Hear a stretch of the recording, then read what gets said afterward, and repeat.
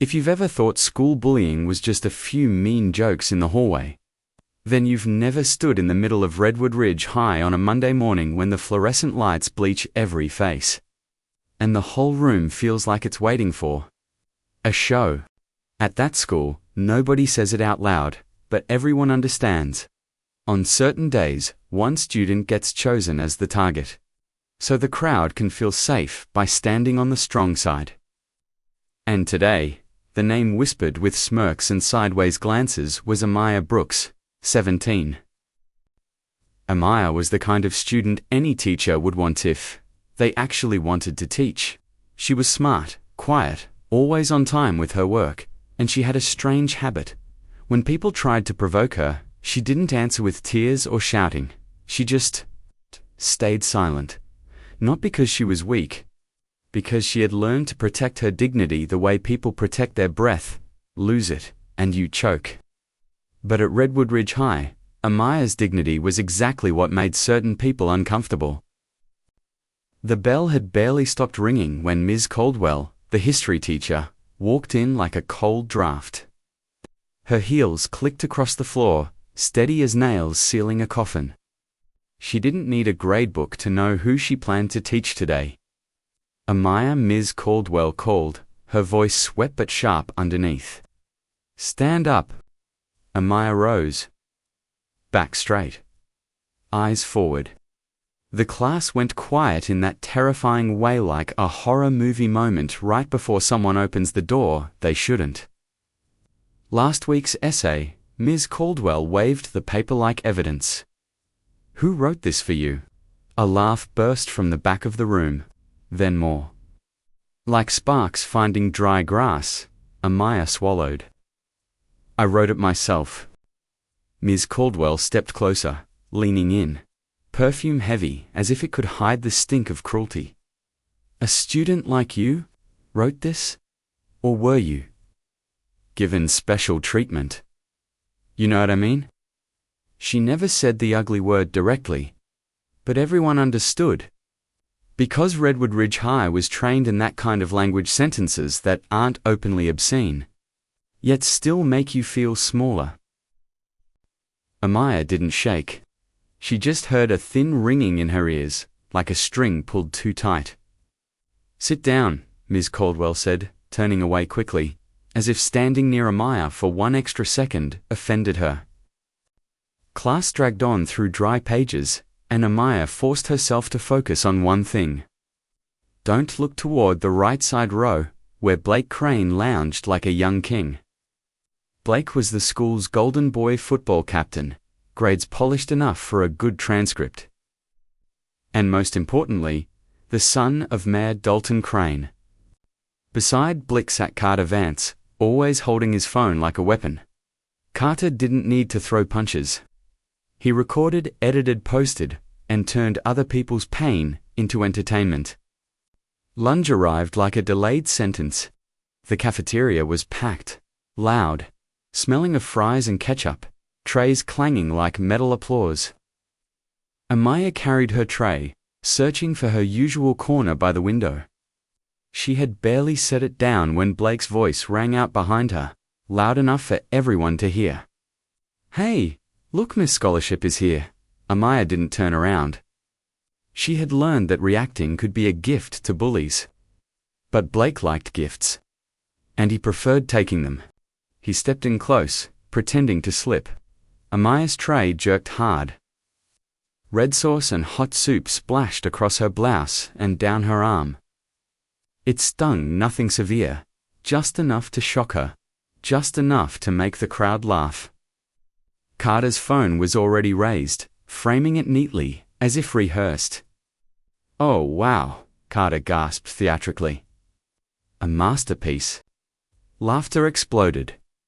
Someone whistled. Someone slapped the table. Amaya stood still. She didn't cry. She stared at her hands smeared with sauce, then looked up at Blake's smug face.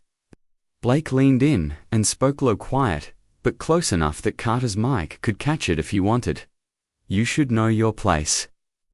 Trying for the Meridian Scholars Grant. Some things aren't meant for you." The Meridian Scholars grant the town's biggest scholarship.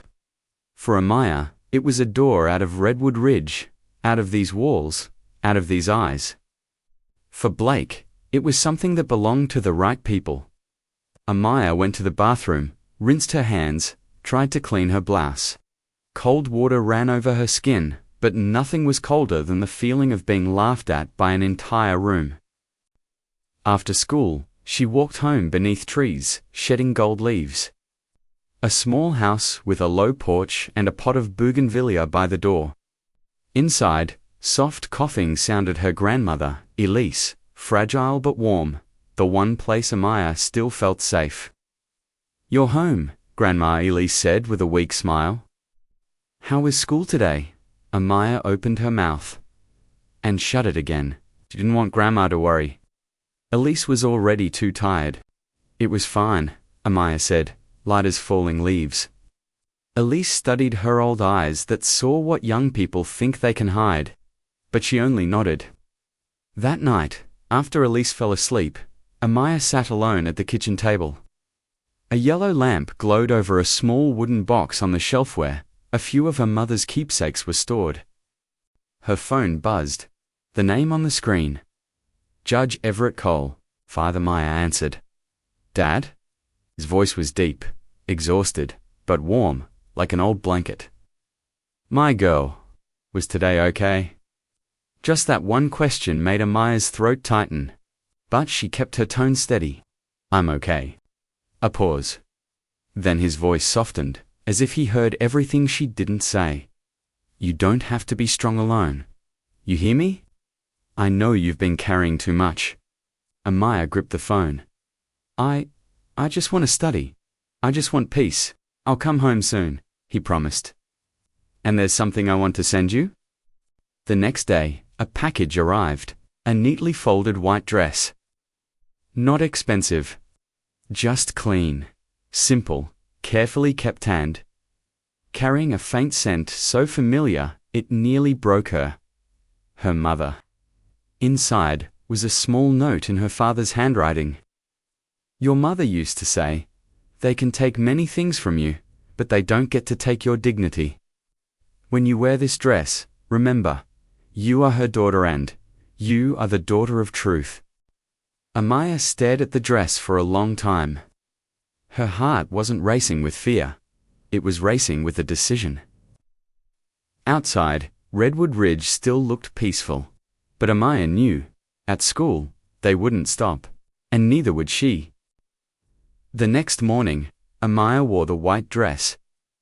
It wasn't the kind of dress that made people gasp. It was the kind that made them pause. Because some things are simple, yet stand upright, like a vow. When she stepped through the school gates, the noise around her seemed to drop a few levels. Someone muttered, "She's trying too hard." Someone else whispered, "She looks different." Amaya didn't care.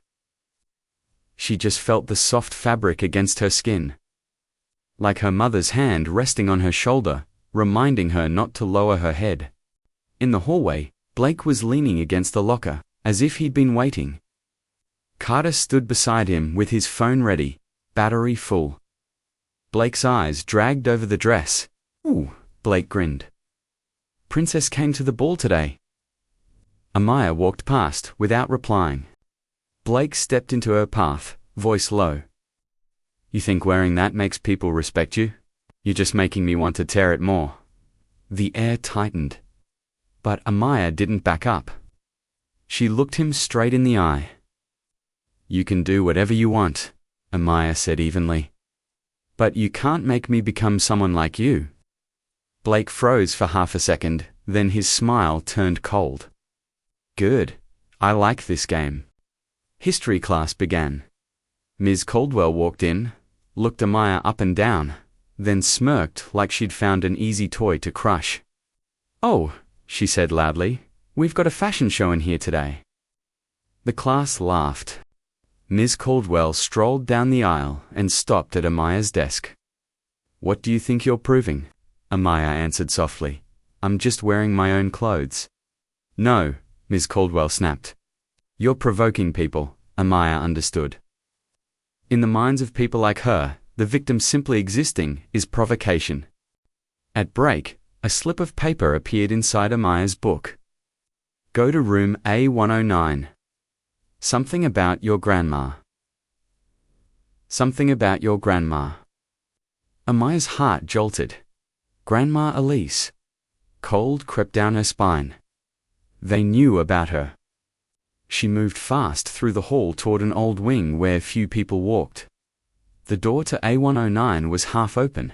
Hello? Amaya called. The door slammed shut behind her. A lock clicked. Amaya spun around. Blake was there? Carter too. And Ms. Caldwell stepped out from behind the teacher's desk, a key in her hand. No cameras in here? Ms. Caldwell said casually. They've been broken since last month. How unfortunate. For you? Amaya backed up until her shoulders touched the chalkboard. What are you doing? Blake stepped closer, voice dark. I'm going to teach you your place. Amaya scanned the room window shut, door locked, no footsteps outside. It was a trap. Planned down to the last detail. Ms. Caldwell folded her arms, calm in a way that was terrifying. You have two choices, Amaya. 1. Withdraw from the Meridian Scholarship Review. 2. Walk out of here with your reputation in pieces. Carter lifted his phone, but this time he wasn't filming. He only turned on audio recording something to threaten her with later, not just something to post. A different kind of dirt. Amaya inhaled slowly. If you do this, you'll be arrested. Ms. Caldwell laughed. Arrested? In this town? Who would believe you? Blake's fingers grazed the hem of the dress, tugging lightly, testing the strength of a memory. You love this thing, don't you? Amaya's eyes burned, but she refused to let a tear fall. Don't, she said, not begging, warning. Ms. Caldwell reached up and flicked off a small switch near a fake camera in the corner as if performing a ritual. Go ahead. Blake and Carter shoved Amaya into the corner. There's no need for graphic detail, only the cold truth. They used power and fear to make her feel trapped, to make her feel like she had no control. Ms. Caldwell grabbed the fabric of the dress. And then, bang, the door burst open. The sound cracked through the locked room like lightning. Wind rushed in from the hall, carrying heavy footsteps, sharp commands, the clink of metal. At the threshold stood Judge Everett Cole. Not Amaya's dad, the way people at school dismissed him, but a man whose eyes had watched enough courtrooms to recognize the smell of guilt. Behind him came town police and 2 federal agents. Let her go, Judge Cole said. 3 words, and the room froze. An officer rushed in and cuffed Blake. Another cuffed Carter. Ms. Caldwell opened her mouth, nothing came out. Amaya stood shaking, breathing hard, fingers clenched around the torn edge of the dress. Not only because it was damaged, because they had dared to touch the last symbol she still held onto. Judge Cole stepped forward, took off his coat, and wrapped it around his daughter's shoulders. Are you okay? He asked softly, voice trembling with restraint. Amaya nodded, eyes fixed on Ms. Caldwell, as if carving that face into memory. One of the agents picked up something that had fallen from Blake's pocket during the arrest. A prescription bottle labeled with the name Dr. Harrison Whitaker, a man who had died not long ago, the school's former principal. The agent looked at Judge Cole. Sir, this isn't normal. Judge Cole took the bottle. His expression darkened. Amaya felt her heart drop into a heavier rhythm. Because she suddenly understood, this wasn't just bullying, it was a thread. And if you pulled hard enough, you might drag an entire buried system into the light. News traveled faster than the school bell ever could. By that afternoon, Redwood Ridge High went from the town's proud school to a name people said with discomfort. Like mentioning a locked room that smells of mold. But what was strange was this. The town wasn't shocked that Ms. Caldwell was arrested. It wasn't shocked that the mayor's son was in handcuffs. The town was shocked because the truth had been exposed in front of them. They had no way to pretend they hadn't seen it. Local news reported a serious incident involving a teacher and students. They used the vaguest words possible, as if naming the crime would stain their tongues. That same night, Mayor Dalton Crane held a press conference at City Hall.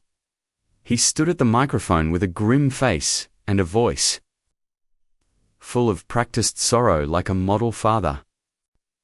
"We regret what happened," he said. "But I believe this has been exaggerated.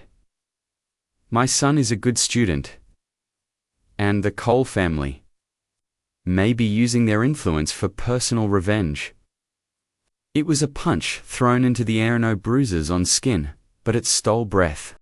Judge Cole watched the broadcast on the living room TV. Amaya stood behind him, still clutching his coat. Grandma Elise sat in her chair. Frail but sharp, the kind of elder who's lived long enough to recognize the oldest trick in town. "They'll try to redirect public opinion," Elise whispered. "Amaya, when bad people fear the truth, they don't run. They shout louder." Judge Cole turned off the TV. "Then we'll speak with evidence." The next morning, federal agents came to the school not to create drama, but to find what had been hidden. The bottle labeled Dr. Whitaker led them to the old nurse's office. There, they found inconsistent logs, altered notes, signatures repeating in patterns that didn't make sense. A federal agent named Harris told Judge Cole, "Sir, this looks like prescription medication going missing. But not the kind of petty theft you'd expect. It's organized." The word organized hit like a stone. They followed the school's extracurricular program list and found a famous volunteer initiative. Willowbrook Haven, the nursing home on the edge of town. Students were encouraged to go there to help seniors, to brighten their records, to boost scholarship chances. It sounded noble. But in Redwood Ridge, anything that sounded too noble usually hid something ugly. Judge Cole obtained permission to investigate. Not because he was furious, but because he'd seen too many cases where criminals used charity as camouflage. Amaya asked to come along, not to play hero, not to chase danger, but to ask a single question: "Is my grandma safe?" When Amaya stepped inside Willowbrook Haven, the smell of disinfectant and thin porridge filled the air. Elderly residents sat by the windows, staring out as if watching a world they no longer belonged to. Amaya saw Grandma Alice's future in those faces, and her chest tightened.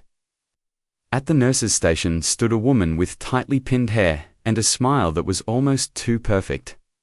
Her badge read, "Nurse Merritt." "Welcome," Nurse Merritt said. "Who are you visiting today?" Judge Cole showed official paperwork. "We're reviewing Redwood Ridge High's volunteer program records." Merritt's smile didn't vanish, simply stiffened for half a second. "Oh, of course. But I believe that belongs to the school." "It belongs to the seniors," Judge Cole replied. "And it belongs to the law." Amaya watched Merritt closely. In Merritt's eyes was something Amaya recognized. The look of someone standing on top of a huge secret and praying the person in front of her will get scared and walk away. But Amaya wasn't scared anymore. When the agents checked medication logs, Harris noticed something wrong. On certain days, pain medication was marked as administered, but inventory didn't decrease, logically, or decreased in ways that didn't match. Pages showed faint erasure marks. Judge Cole asked, "Who signs off on this?" Merritt answered lightly, "The students help with verification. We supervise." "Minors verifying prescription medication?" Judge Cole repeated. Merritt shrugged. "A learning program. Teaching responsibility." Amaya felt her blood speed up. Responsibility. or turning kids into tools. That night, Amaya couldn't sleep. She remembered the note. Something about your grandma. They had been aiming at Elise. That meant they knew exactly how to threaten her. The next morning, Amaya received a text from an unknown number. If you keep talking, your grandma will be next on the visitation list. The word iced her veins. She showed the text to Judge Cole. He didn't yell or panic. He looked at Amaya the way a judge looks at the bravest witness he's ever met. "What do you want to do?" he asked. Amaya heard herself answer, calm enough to surprise even her. "I want to trap them." And she didn't plan to trap them with anger. She planned to trap them with truth. Amaya reached out to two quiet students who'd once been forced into doing errands for Blake. She asked them to meet in a public park under streetlights, where people passed by. She told them plainly, "I don't want anyone hurt. Just want the truth so we can protect the seniors." At first, they said nothing. Then one started crying and whispered, "We were forced." If we refused, they threatened our families and our futures. Amaya didn't ask for graphic details. She only asked, who gave the orders? Who benefited? The answer made her hands go numb. Nurse Merritt and people tied to the mayor. Then one of them added a sentence so small it sounded like dust falling, but heavy as iron. Dr. Whitaker found out. And then he died. Amaya looked up at the black sky. Streetlights trembled in the wind. She understood now.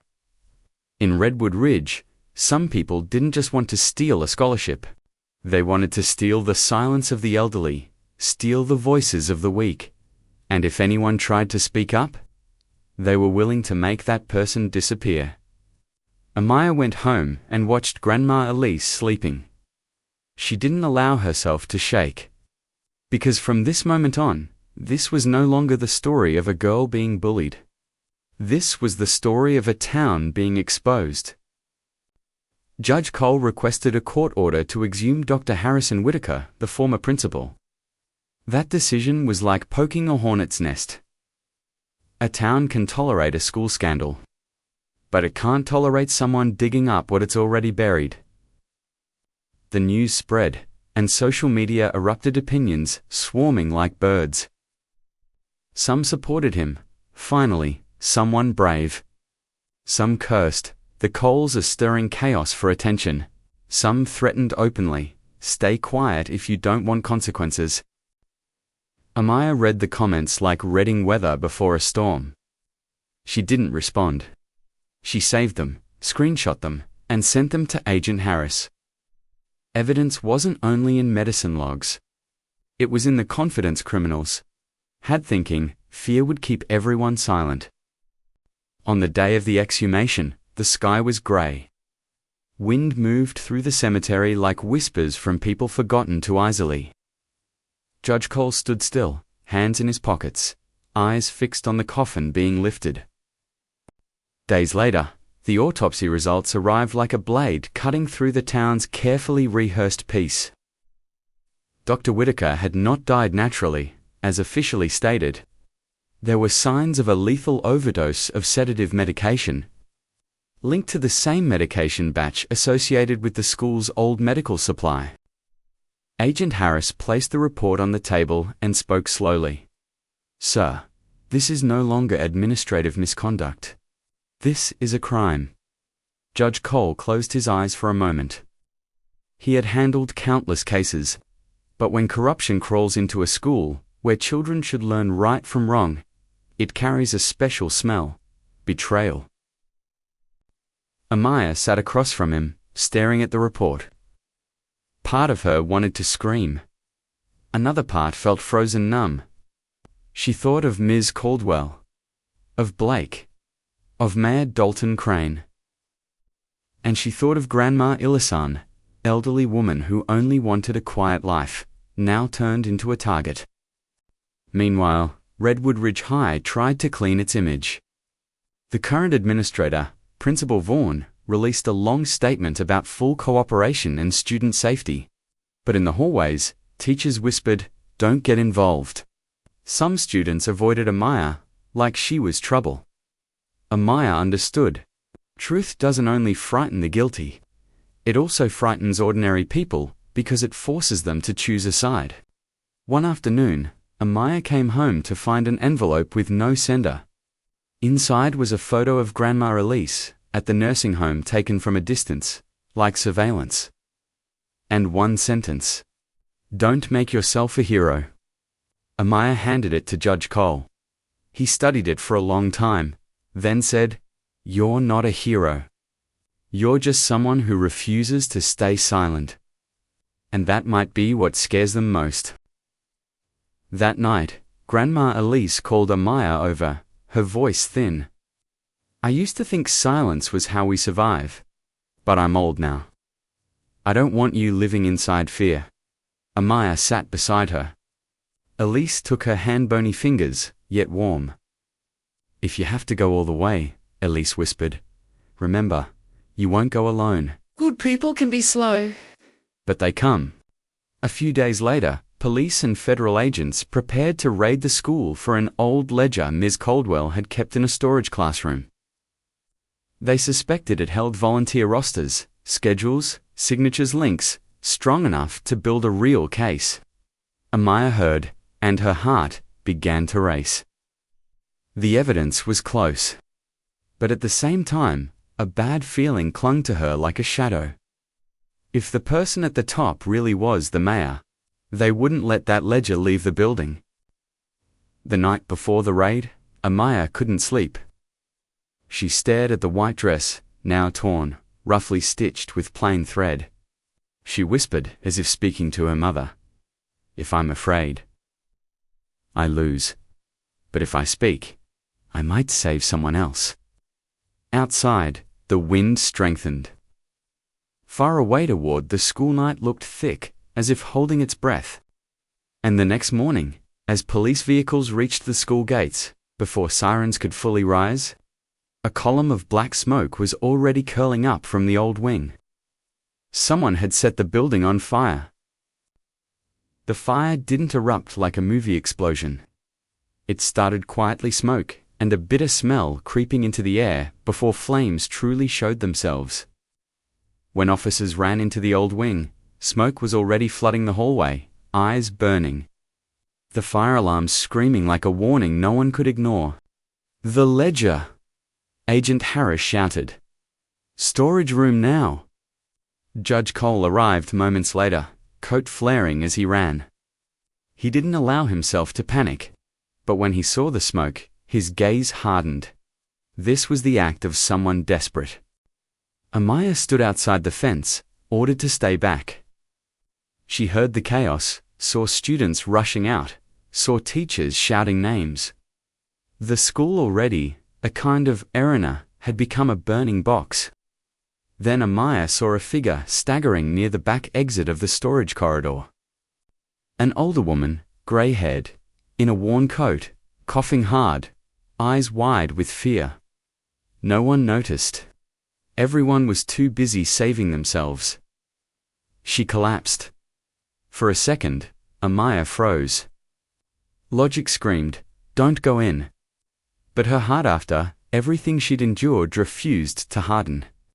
"Amaya," an officer shouted. "Stay there." But she had already slipped through a gap in the fence.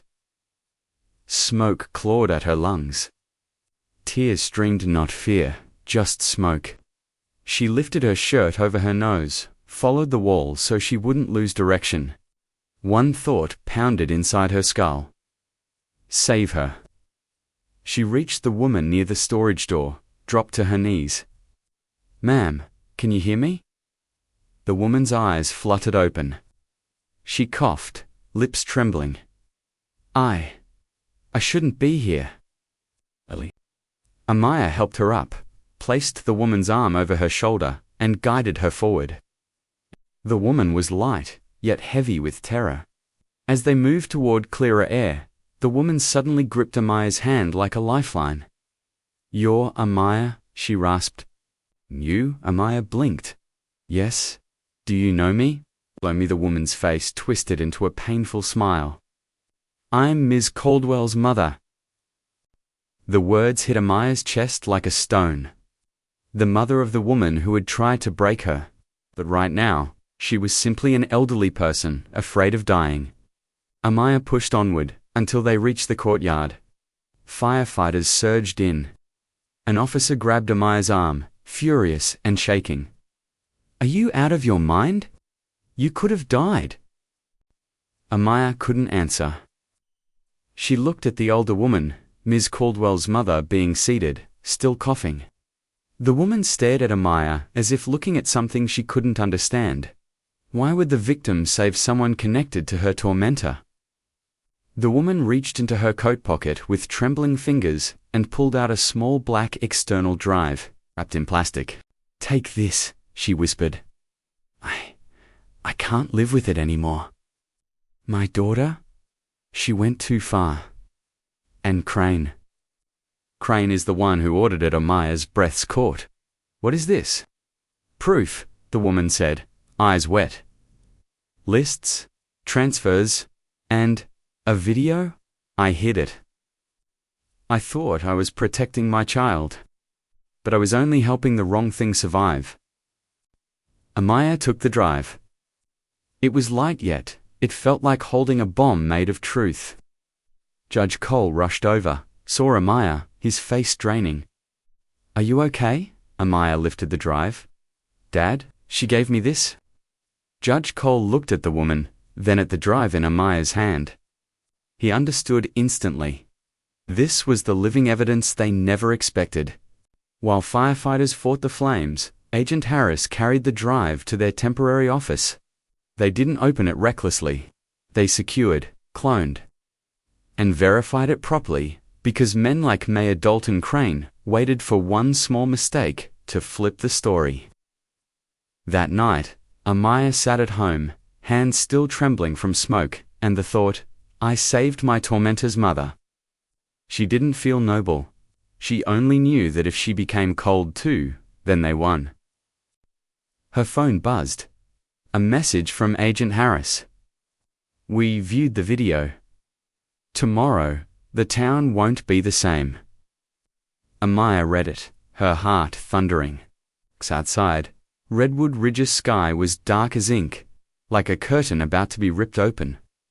Tomorrow, the truth would go public, and the man at the very top would have nowhere left to hide. The next morning, City Hall was packed.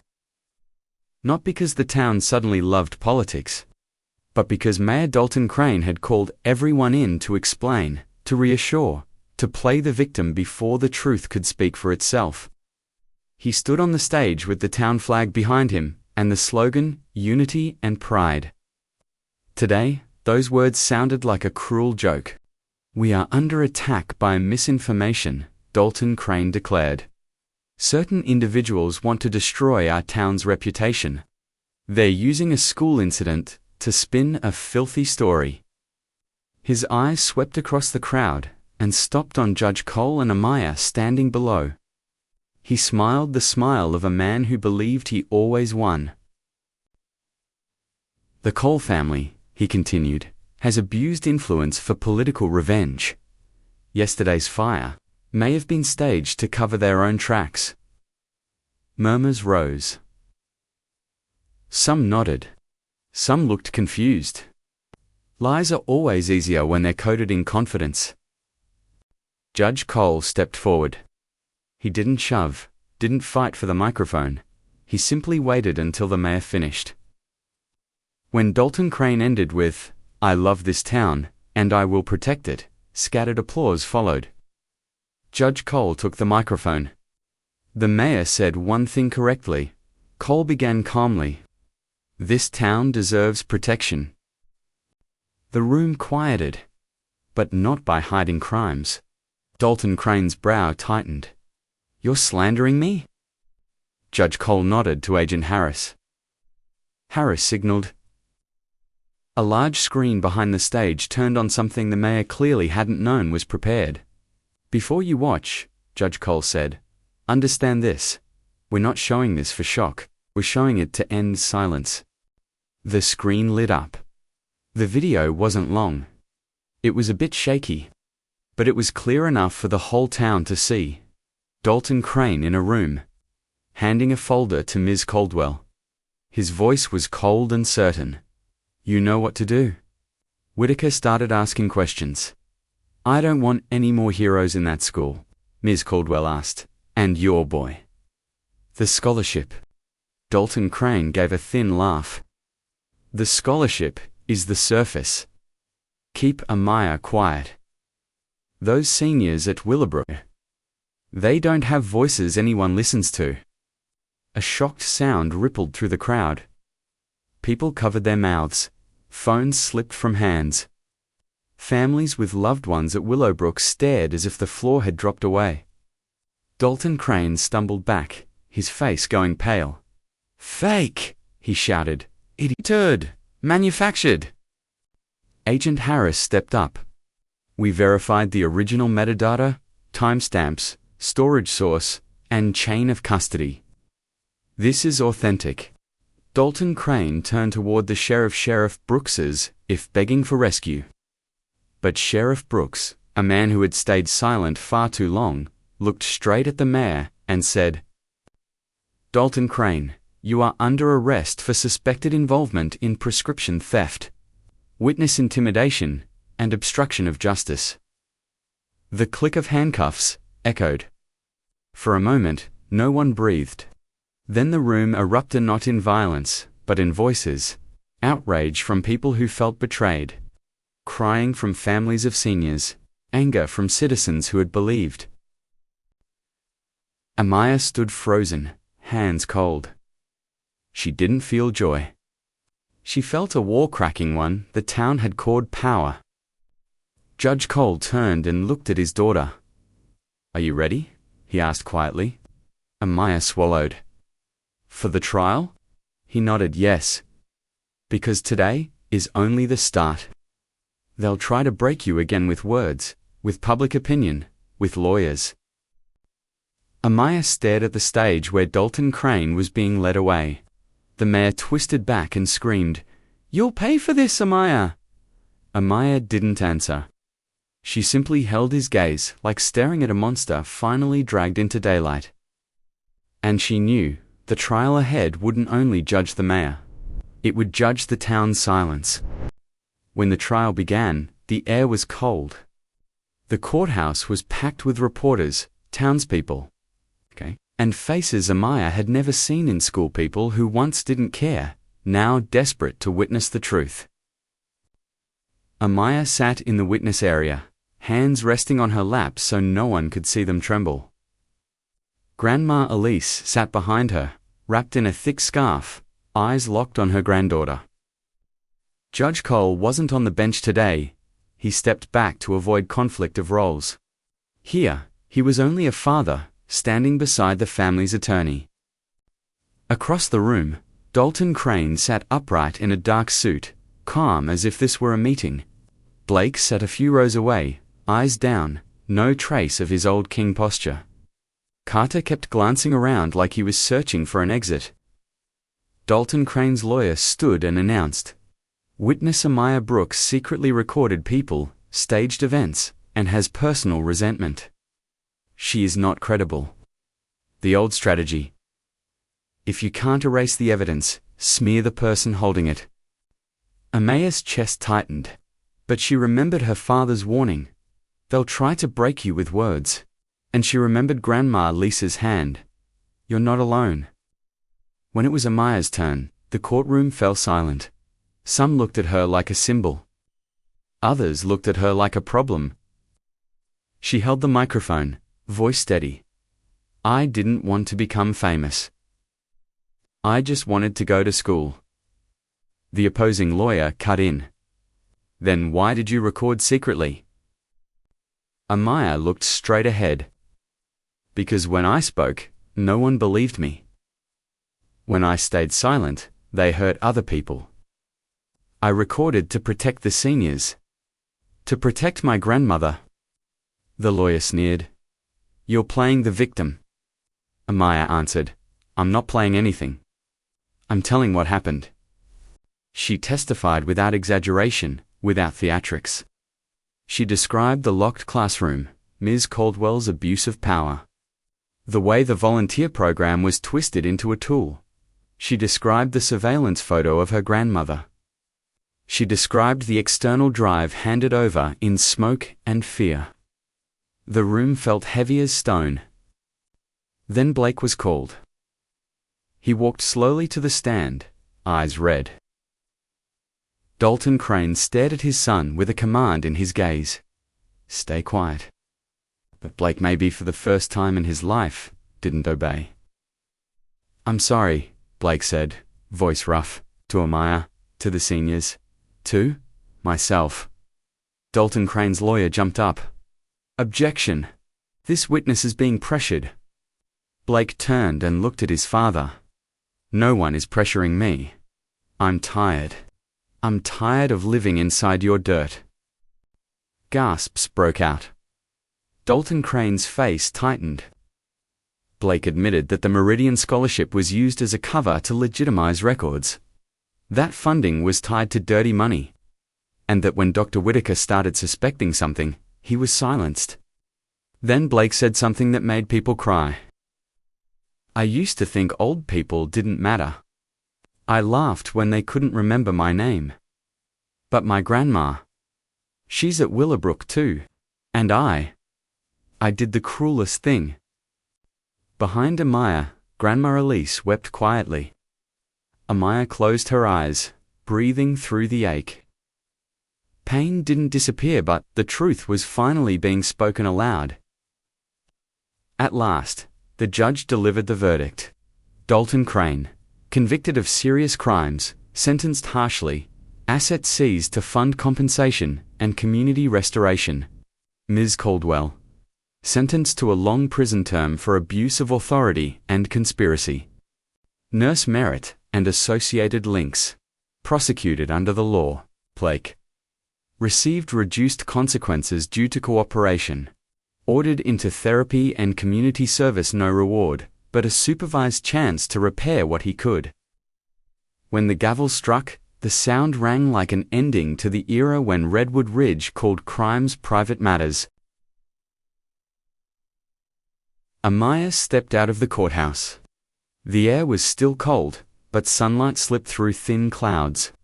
Her father took her hand and squeezed, no words needed. Amaya knew he wasn't proud, because she won. He was proud, because she refused to bow. 6 months later, Redwood Ridge High began to change slowly, but real. New leadership. Transparent procedures. Workshops on respect, on anti-discrimination, on student safety. No one claimed everything as fixed like magic. But the old walls had cracked enough for light to get in. Graduation day arrived. The schoolyard was decorated simply. Flags fluttered. Students wore gowns. Parent chairs stretched in long rows. Grandma Elise sat in the front, gripping her scarf, eyes bright despite her fragile body. Amaya stepped onto the stage as valedictorian. But what silenced everyone wasn't the title. It was her dress. Her mother's old white dress, once torn, was now repaired with delicate gold stitching. Like kintsugi, the art of mending cracks with gold, to show that what broke can become beautiful in a new way. Amaya stood at the microphone. Wind brushed her hair.